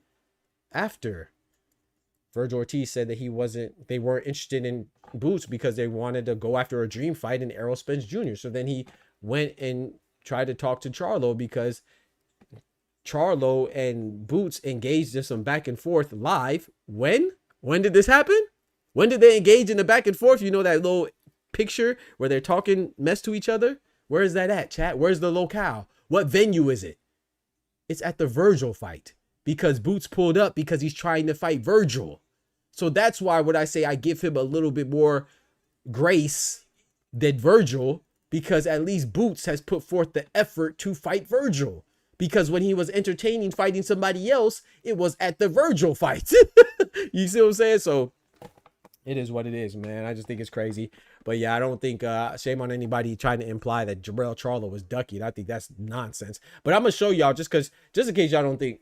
I mean, y'all know me anyway. I'm good for it. But I want to show y'all just in case y'all think I'm tripping. Of course, it came from Virgil's team trying to imply that the man's ducking, but also people are regurgitating this on Twitter because people don't put thoughts in their own. You know, people don't practice independent thought.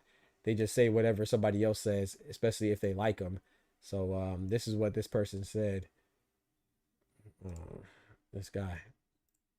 Follow your boy on Twitter, by the way. You know what I'm saying? Check out my socials. This guy said, Charlo ducking Boots and Virgil. Virgil Ortiz Jr. says, Jerron, if you were talking about Charlo, don't get your hopes up. He already said no to me twice. Apparently everybody's turning down Virgil Ortiz not one time but 2 times. You know what I'm saying? Finesse. Apparently Virgil Ortiz is a rapper because he's been getting finessed 2 times by everybody. He got turned down twice by Charlo and turned down twice by Boots. So this guy says Charlo is ducking Boots and Virgil. I couldn't do nothing but laugh. That's crazy. This man ain't fighting 2 years and he's ducking people. Like, come on, man. Come on, man. People are crazy. People are crazy, Shawa. People will just say anything. But anyway, the phone lines are open. I just want to touch on that real quick. And also, too, like we reported, Katie Taylor and Ronda Rousey may actually be a real thing in the near future, which is crazy. I should have made a video about it, but I did talk about it in the last live. So, yeah, man, the phone lines are open. Anybody want to pull up? Pull up. 3 years, close to 3 years, William. Close to 3 years, bro. What are we doing? What are we doing? Insane. Insanity. Insanity. Straight goofy. Shout out to Shawa. Straight goofy. Al Booker said, how long ago did Mel do those memes and still no fight on the horizon? Right. So it's like, I'm not saying that you can't say that he's looking shaky because he's not fighting, but to say somebody's ducking who's not even, like, he's closer to retirement than fighting. Like, is he not ducking anybody then? I mean, like, so he's ducking everybody, right? He's ducking Sebastian Fedor. He's ducking any fighter that's active. Just because somebody said your name does not mean you're ducking them, bro. I could holla at, oh man, I want to fight Floyd Mayweather. Is he ducking me? Like, or let me not use me as an example. If Terence Crawford says I want to fight Floyd Mayweather, Floyd Mayweather doesn't respond or fight him, is he ducking? No, bitch, he's retired. He's not fighting. Virgil Ortiz, Subriel Charlo is not fighting anybody. Not only is he not fighting not only is Subriel Charlo not fighting Jerron Boots Ennis, he's not fighting anybody. Not only is he not fighting Virgil, he's not fighting anybody. And shame on you for even trying to fight him. You see what I'm saying? I think Virgil Ortiz and Boots should obviously prioritize each other. But if I'm not saying don't try to get Subriel Charlo. Yeah, try to entice him and encourage him back in the ring. That's a big money fight. But don't make it seem like, oh yeah, the man's ducking because he hasn't been fighting anybody. Instead of trying to target Errol Spence and Jermell Charlo, both of them should target each other. If not, they should target Sebastian Fedor and Keith Thurman winner. They should target Xander Zayas and the Bas Barao winner. Those are 3 champions right there. They should target, who else is the Bakram Murtazaliev versus Josh Kelly winner. I know all the champions are occupied, but try to get the winner. Try to get the winner of the Bakram defending his IBF title against Josh Kelly. Try to get the winner of the WBC champion Sebastian Fedor defending his title against Keith Thurman. Try to get the winner between the unification between the Togolese German WBA champion Abbas Barao and the Puerto Rican American WBO champion Xander Zayas. Or Boots could try to fight, I don't know. Jesus Ramos is occupied, and we don't even know if he's at 154 or 160. He'd be fluctuating.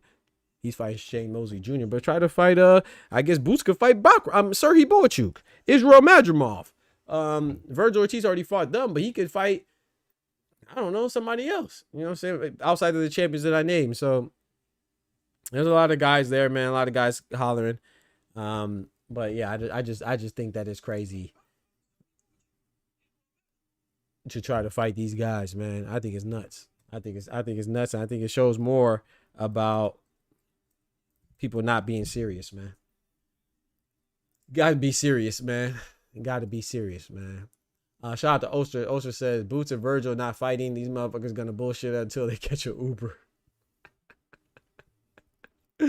He said, watch. He said, when it happened, everybody owe me a like. Nah, I think they will fight. I just don't know when. I think they will fight, though. Hell, Virgil Ortiz could fight Brandon Adams or somebody like that. I think Brandon Adams, you know, he beat Serhii Boachuk more convincingly than Virgil Ortiz did, right? Fight Brandon Adams. Brandon Adams stopped Serhiy Boachuk and he beat him by UD. Two things that Virgil Ortiz did not do. So he could fight Brandon Adams, you know?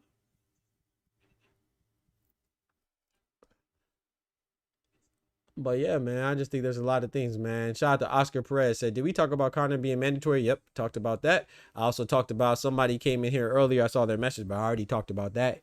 Not only in the live, but I also talked about that in the whole video. Johan Gonzalez, you know, I'm up on it, man. Johan Gonzalez has been replaced since yesterday, bro. You know what I'm talking about? I'm too quick on it, bro. I'm too quick, bro. You know what I'm saying? I appreciate the love, though, but I'll be on it, man. Ain't nobody dedicated like me, man. You know what I'm saying? I'm a learn you, though. I'm a learn you. You know what I'm saying? Wait till them numbers go up. You feel me? God is good. So, yeah, I put in that work, baby. That's why you rock with me. So, I dropped that yesterday. But we could talk about Conor Ben again. But yeah, no, I already talked about that, man. But anyway, yeah, man. So I just think there's a lot of news in boxing, a lot of stuff to pay attention to. And you just got to shift through the nonsense a little bit. And I found out why my notifications aren't always going through, chat. Hey, man, I'm talking about, hey, man, we made some progress yesterday, you know, doing research. But because, you know, it's crazy. And this is why I talk about my lives, right? Why earlier in the stream, I was talking about why I'm slowing down with the lives. I'm doing 3 times a week as opposed to daily, because I think it could work against you. And I found some, I ain't gonna say concrete proof, but it was something what I was thinking is like, because I'm putting up so much content, YouTube only sends 3 notifications a day. So for those of you that don't know this, I'm putting you up on game. YouTube only sends 3 notifications within a 24-hour time span. And, you know, I be putting up videos like crazy, you know, and shorts and stuff like that. So no matter if it's a live or a short or a video, they count it as a post that a notification is going out for. So it kind of works against you when you are highly active. But that doesn't mean not to be active. I'm still going to be active. I'm still going to do my thing. But at least I have an explanation and I know as to why my notifications don't go out as much. But even still, with that being said, you still have no excuse, because that's what the Discord is for. That's why I tell people to sign up for the Discord, because, you know, that's how you get the notifications. The notifications go off in there every single time. So that's why we do it. But yeah, man, I'm about to go ahead and slide, man. I'm about to go ahead. Oh, Brian Mendoza. Shout out to Albert. He said Brian Mendoza as well. Brian Mendoza is not retired. Brian Mendoza was on a Portaway podcast the other day talking about wanting another fight. So shout out to Albert. Yeah, Brian Mendoza. They could fight Brian Mendoza. So I think that's a good fight too. Yep. Shout out to Yes Indeed Boxer, said Brandon called out Virgil. Exactly. Brandon Adams called out Virgil. So if you don't want to fight Boots, which I wish you would, and if Boots doesn't want to fight Virgil, or which I wish he would, then are some other fighters that are interesting in there instead of a 2.5 year Jamel Charlo. You see what I'm saying? I would love to see Castano. Hey, shout out to Brian Castano as well. You know, shout out to Boxing Talk up north, man. My guy, big member in the building. Appreciate you, man. Big Nolf in the building, man. Shout out to you. But yeah, chat, I'm about to go ahead and get me some food because I did not eat yet and it's noon. I just want to bring y'all this boxing news and talk about some good boxing stuff. Hey, also too, Janibek. I'm hearing some things that y'all let me know. I'm hearing that the fight against Hussein Sankara may not be broadcast, chat. It might be a Australian exclusive, strictly for domestic. And that's crazy, bro. But that shows you that what does that mean? It shows you that as much as I don't like it, I think Zurdo and Ja is one of the biggest fights to be made in boxing, but that's because we know boxing. But as far as the name goes, you can kind of understand why Zurdo Ramirez has elected to fight David Benavidez. I don't think Benavidez is any less dangerous of a fight than Janibek. But it's just Janibek, his fight may not even get broadcasted. Like, so I'm saying that he doesn't have a big name outside of Australia. It might be a domestic fight. That's what they're saying. And they say it this week, bro. The fight is this week, right? The fight is on Saturday too, right? And you're just now saying that. So it just shows you that the demand's not there. And it shows you that, you know, I guess Turkey's not really too excited or interested in Janibek fighting anybody that's not Zurdo Ramirez. So that's unfortunate, man. Hopefully we can still find it, but that's what I'm hearing, man. Yeah, that's terrible. And he's fighting his mandatory against Hussein Sankara, you know, so that sucks. But it just kind of adds fuel. I ain't gonna say fuel, but it kind of, if you want to open your eyes and admit it, it kind of makes it, I don't want to say justified, because it's not justified, because I want to see Ramirez and Apataya. That's the fight that's justified, but it's a little bit more understandable why he's not really in a rush to fight Apataya, you know. But like I said, me personally, I don't mind him fighting Robin Safar because that's Zerto's next fight is against Robert Safar. His last fight was against Junior Dorticos, where he just satisfied his WBA mandatory. Zerto's been fighting, man. Zerto's been fighting mandatories and champions. He fought the WBO former champion Chris Billiam Smith. He fought the former WBA champion Gulamarian to get the belt. You know what I'm saying? So he's been fighting. He just fought his mandatory Dorticos. So all of his fights have been impactful and meaningful at cruiserweight. I think he only had 4 fights at cruiserweight. His other fight was, I named 3 of them, Joe Smith Jr. for his debut at cruiserweight, if I'm not mistaken. So all of his fights have been good. Can't say the same for Badu Jack and Ja Apataya. It just is what it is. But the David Benavidez fight will also be good, but I'd rather him handle business at cruiserweight. So I would prefer Apataya. However, I give him an excuse. I give him some grace for fighting Robin Safar because Robin Safar is undefeated and Zerto's coming off of an injury. Right? He's coming off of a hand surgery, right? So he wants to test the waters first.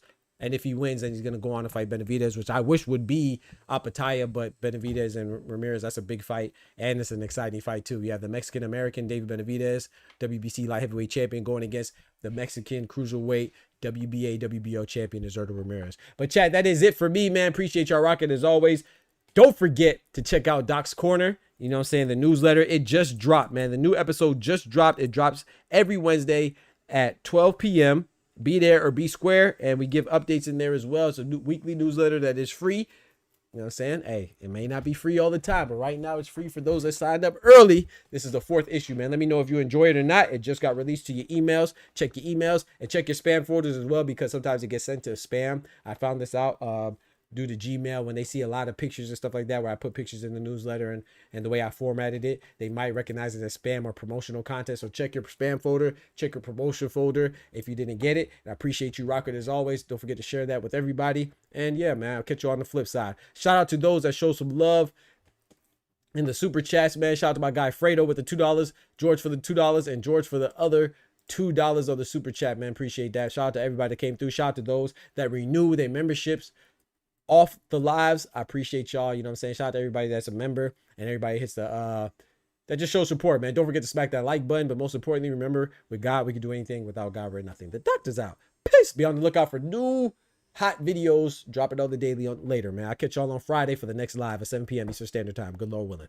From the hood to college, both worlds they had to meet. 6 degrees between us, so cold we're about to freeze. But we're Florida boys, hot takes, we bring the heat. We're moving the culture, the engineers to the streets.